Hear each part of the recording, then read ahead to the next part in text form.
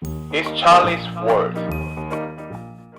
안녕하세요, 찰리 브라입니다. 지금 앞에 표를 보시면 아마 아시겠지만 이제 골드하고 실버하고 플래티넘이 있죠. 그래서 제가 예전서부터 이런 거를 자꾸 말씀드리는 이유가 뭐냐면, 저는 아마 다른 분들보다 금 투자도 먼저 했었고, 그리고 비트코인도 아마 제가 투자한 게 더 먼저 했었을 거예요. 그래서 금 투자도 되게 상당 기간 금은 투자도 되게 오랫동안 했었거든요. 그래서 그거에 관해서 금이 오를 거다, 그 경제 위기가 오면 금이 엄청나게 오를 거다 이렇게 말씀하시는 분들이 되게 많아요, 아직도. 근데 그 현실이 지금 이렇게 움직인다는 거죠.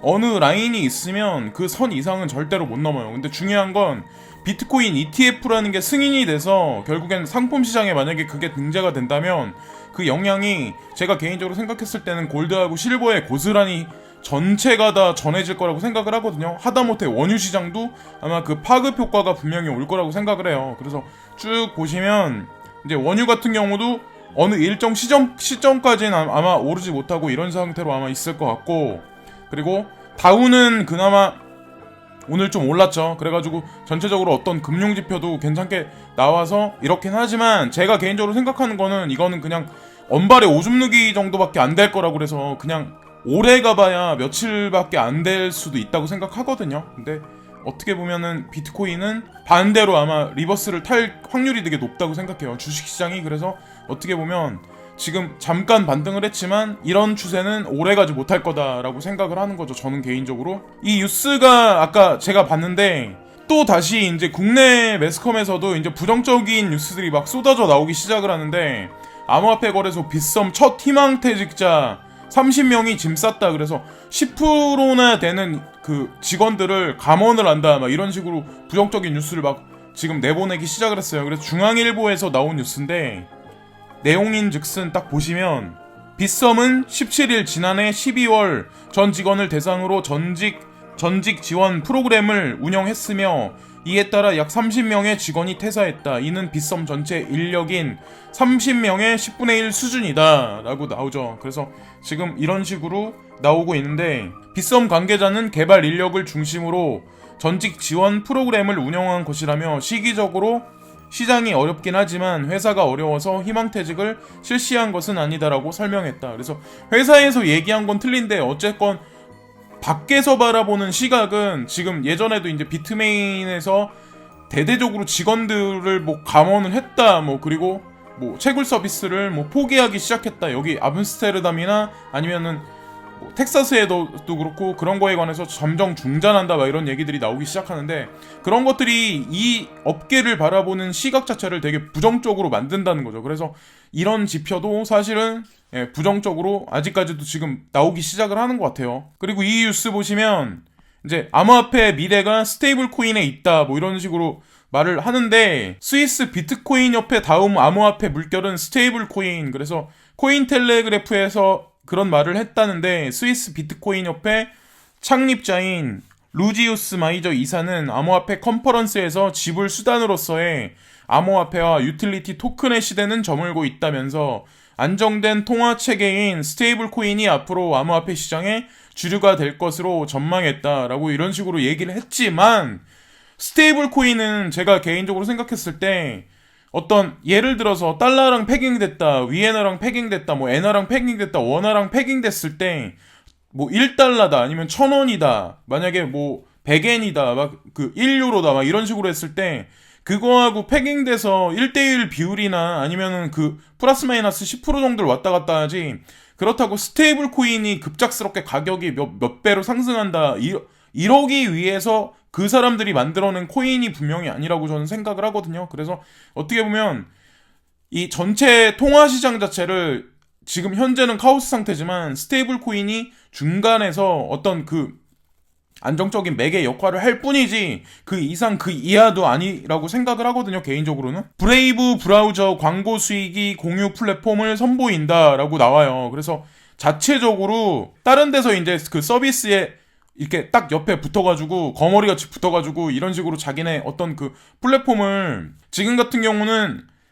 브레이브 배 측에서 본격적으로 자기네들이 이런 거를 했대요. 그래서 브레이브 사용자에게 하루 최대 20개의 광고를 제공하고 광고 수익금의 70%를 벳토큰으로 제공할 계획입니다. 라고 그런 식으로 나왔다고 하더라고요. SK텔레콤에서 5G 자율주행 버스가 6월 서울 시내에 달린다 라고 나오죠. 그래서 이것도 이제 암호화폐 투자자고 얼리 어댑터이고 이런 거에 관해서 관심 많은 사람들은 아마 자율주행에 관해서 되게 많이 찾아보시고 아마 그럴 거예요. 저도 되게 많이 찾아보거든요. 관심이 많아서. 근데 이런 식으로 아마 이런 시스템이 이제 나온다고 하는 거죠. 그래서 뭐 커브 구간 사고 알림, 그리고 무단횡단 보행자 경고, 그리고 포톨 감지 경고 이런 것들이 아마 보편화돼서 체계에 들어간다고 하는 것 같아요. SK텔레콤은 17일 서울시와 차세대 지능형 교통시스템 실증 사업을 추진키로 했다. 2020년까지 5G 통해 안전한 도로를 구축하는 사업이다.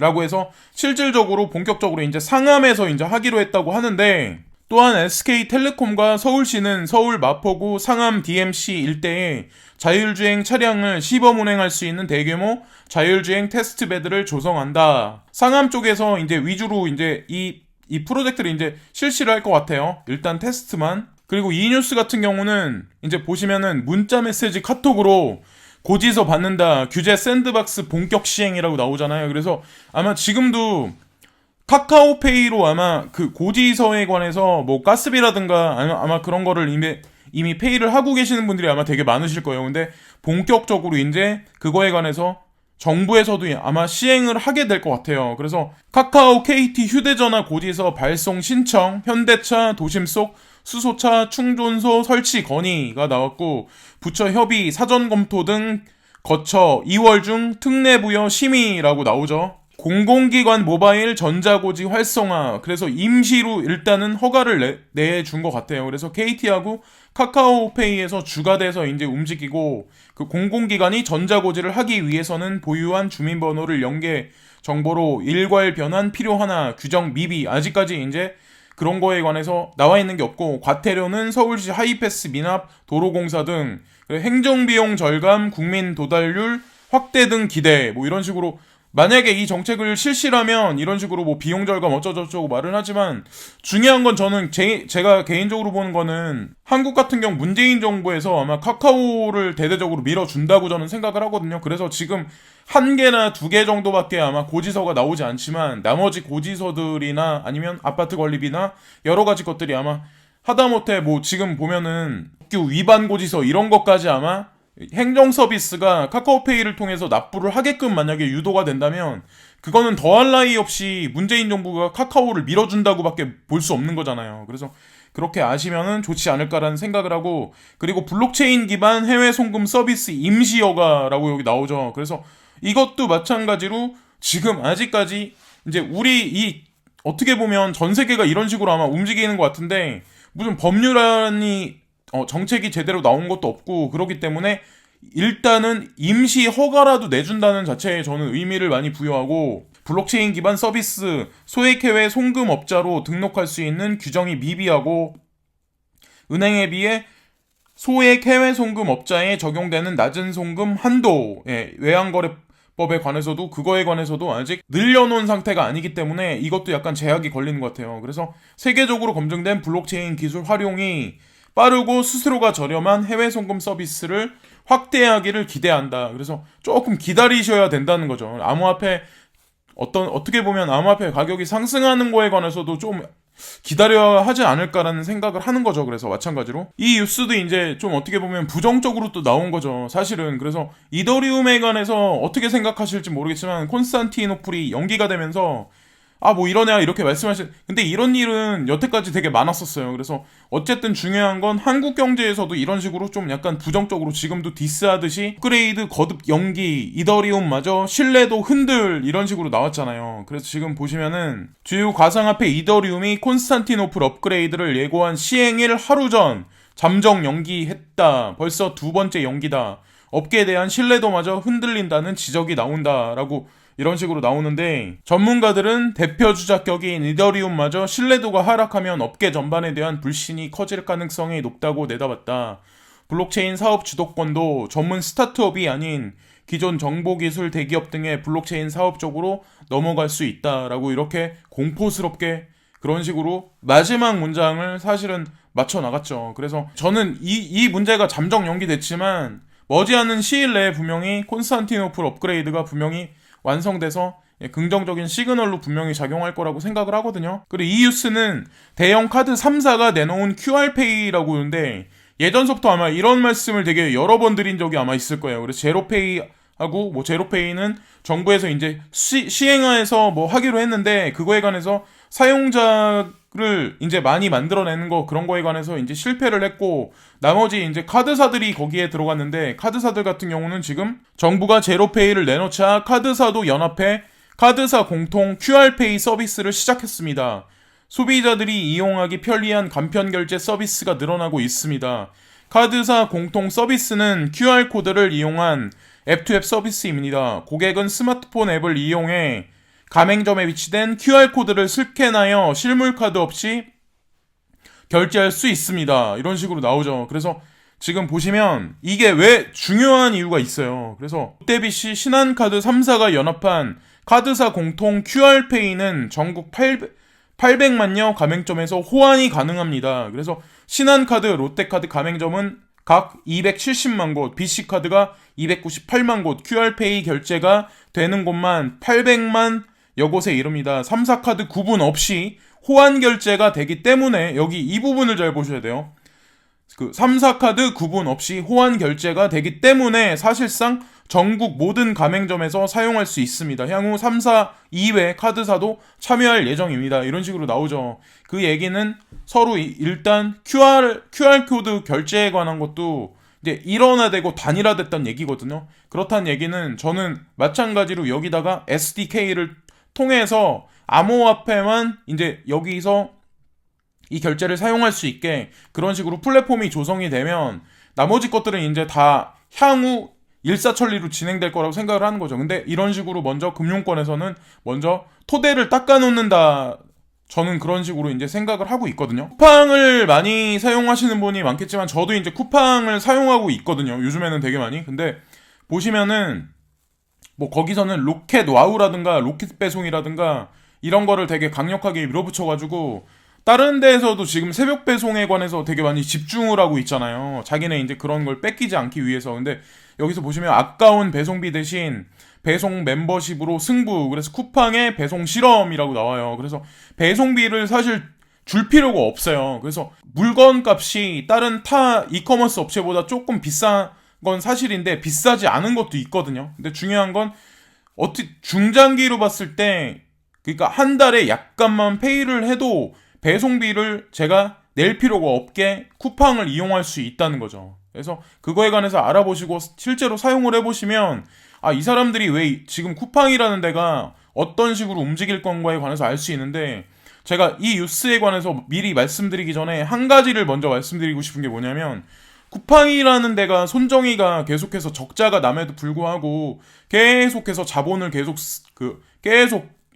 주입하는 그런 업체 기업이잖아요. 근데 쿠팡의 실질적으로 수뇌부 같은 경우는 아마존에서 근무했던 사람들이 되게 많이 그쪽으로 들어가 있어요. 그래서 실질적으로 쿠팡에서 행하는 여러 가지 그 운송 시스템이라든가 아니면 여러 가지 그 기업 구도 같은 것도 아마존하고 거의 흡사하거든요. 그래서 어떻게 보면 이 회사가 국내 기업 같지만 알고 보면 그 CEO 그분 말고 그 밑에 바로 밑에 있는 직원들 그분이 있잖아요. 그분들 같은 경우는 다국적 기업이나 아니면 특히나 이제 아마존에서 근무를 되게 오랫동안 하셨던 분들이 되게 많아요. 그래서 외국 사람이 거의 대다수의 직원이에요. 알고 보면 밑에서 이제 운송이나 실질적인 업무 현장에서 일하시는 그분들 말고. 그래서 그거에 관해서 알아보시면 아마 쿠팡이라는 데가 다국적 기업이라는 거에 관해서 아마 아실 수 있을 거고 유료 배송 멤버십 로켓 와우 가입자 수가 100만 돌파 아마존 전략 벤치마킹 당일 배송 새벽 배송으로 차별화 우버 모델 쿠팡 플렉스로 배송 수요에 대응 이런 식으로 이제 쿠팡 플렉스까지 해가지고 내가 물건을 받는 사람이 있으면 그 주변에서 실시간으로 만약에 짜투리 시간을 이용해서 아르바이트 할 사람이 있으면 쿠팡 플렉스에 지원을 하면 그 사람이 이제 수수료를 얼마를 받고 대신해서 쿠팡맨이 아님에도 불구하고 집까지 배달을 해주거든요. 근데 괜찮은 것 같아요. 이 서비스 자체가 제가 개인적으로 받아보기에는 다른 이커머스 택배사보다는 조금 더 아마 신속하고 딱 확실하게 사진까지 찍어가지고 물건 배송했다는 거에 관해서 확인을 해주거든요. 그래서 괜찮은 것 같고, 로켓 와우가 수익으로 이어지기까지는 좀 더 시간이 필요하다. 쿠팡은 로켓 와우 출시 기념으로 90일까지 무료로 제공하고 이후 월 이용료는 특가 2,900원으로 제공한다. 무료 기간이 끝난 이후에도 유료 서비스를 유지하는 고객 수가 얼마나 남느냐에 따라 성패가 나뉠 것으로 보인다. 쿠팡 관계자는 로켓 와우 멤버십 혜택을 계속 늘려가면서 고객이 더 큰 가치를 얻을 수 있는 서비스로 발전시킬 것이라며 가격은 변동될 수 있고 지금은 서비스 혜택을 최대한 많은 이용자들이 누릴 수 있도록 하는데 주력하고 있다고 말했다. 이런 식으로 말을 하면서 사실은 업계 1위로 지금 올라가고 있고 순이익을 사실 취하지는 못하고 있지만 저는 결국에는 전체적인 어떤 운송 시스템이나 이런 이커머스 업계에서는 1위 자리를 굳건하게 지킬 거라고 저는 생각을 하거든요. 그런 느낌이 제가 쿠팡을 써보면서 그런 느낌을 받았어요. 그래서 여기 보시면은 쿠팡의 연 매출액은 2017년 기준 2조 6,846억 원, 그리고 2018년 매출은 3조 원을 돌파할 것으로 예상됩니다. 기업 가치는 약 10조 원으로 추산되고 쿠팡은 지난 11월 소프트뱅크 비전펀드로부터 하나 약 2조 2,500억 원의 투자를 유치했고 본격적으로 해외 개발자들을 영입하고 인공지능 기반 물류 플랫폼 혁신에 투자하겠다는 계획이다. 이런 식으로 지금 나와 있죠. 그래서 해외 개발자들도 사실상 아마존에서 기존에 일했었던 그 외국인들 있잖아요. 미국인들이 되게 많이 들어와 있는 상태예요. 제가 쿠팡에 관해서 관심이 많아가지고 책을 좀 많이 봤거든요. 그래서 뭐 향후 지켜볼 문제고, 그리고 제가 이 쿠팡에 관해서 좀 집중을 하는 이유가 뭐냐면 쿠팡이라는 데가 적자가 남에도 불구하고 이런 식으로 계속해서 자기네 사상 확장을 하고 가입자를 계속 유치를 하고 있거든요. 사실은 로켓 와우를 통해서. 근데 중요한 게 알게 모르게 지금 소프트뱅크에서 하는 여러 가지 코인 사업에 관련된 여러 가지 것들도 저는 분명히 쿠팡이 한국에서는 1위 이커머스 업계에 분명히 발돋움을 했기 때문에 그런 여러 가지 코인들도 분명히 어느 자리 위치까지는 분명히 올라갈 거라고 생각을 해요. 지금 많이 뭐 어떤 전체적으로 코인 가격이 재미가 없긴 하지만, 그래서 대표적인 게 비트코인 캐시도 있고 오미세도 있고 꿔시 같은 경우는 사토시가로 되게 많이 하락을 했더라고요. 그래서 제가 봤을 때는 만약에 잘 조사들을 해보시고 나쁘지 않다고 판단하면 이런 여러 가지 코인들이 저는 중장기로 갔을 때 결국에는 돈이 될 거라고 생각을 하는 거죠. 예. 그래서 어쨌건 지금까지 말씀드린 여러 가지 뉴스들이 도움이 어떻게 보면 투자하는데 아니면 우리 살아가는데 직접적인 연관이 없을 수도 있지만 매일매일 이런 뉴스를 접하고 보고 듣고 느끼고 하다 보면 그래도 일반적으로 이제 관심을 안 갖는 사람들보다는 좀 시대의 흐름을 좀 어느 정도 읽을 수 있다고 생각을 하거든요. 저도 이제 그런 차원에서 이런 뉴스도 보고 유튜브도 하는 거고, 그리고 한마디만 더 말씀드리자면 유튜브를 하겠다고 망설이시는 분이 있다면 그냥 하시면 돼요. 예, 걱정하지 마시고, 만약에 내가 시간이 난다 그러면 그냥 멀뚱멀뚱 가만히 계시지 마시고, 만약에 시간이 나시면 하는 것도 하나의 경험이고, 저는 이거를 통해서 여러 가지 향후 서비스나, 아니 서비스가 아니라 이제 자기가 생각한 여러 가지 비즈니스도 결국엔 연결해서 할 수 있다고 생각하거든요. 그리고 유튜브가 나중에 VR하고 연결됐을 때는 또 다른 시너지를 분명히 낼 거라고 생각하기 때문에 저도 이제 하고 있는 거고, 그리고 저도 지금 이 암호화폐 말고도 생각하는 것들이 있기 때문에 이제 하는 거기 때문에 중요한 건 그냥 하는 거죠. 예, 그냥 하면 돼요. 암호화폐 가격이 지금 뭐 이렇게 저렇게 해가지고 박스권에 갇히지 않을까라고 걱정하시는 분들도 많으시겠지만 저는 제가 봤을 때는 그렇게 내비두진 않을 것 같아요. 이 판을 만든 사람들이. 그래서 결국에는 잘 될 것 같고, 어쨌건 지금까지 찰리 브라운이었고요. 구독과 좋아요 부탁드리고 오늘도 즐거운 하루 되세요. 감사합니다.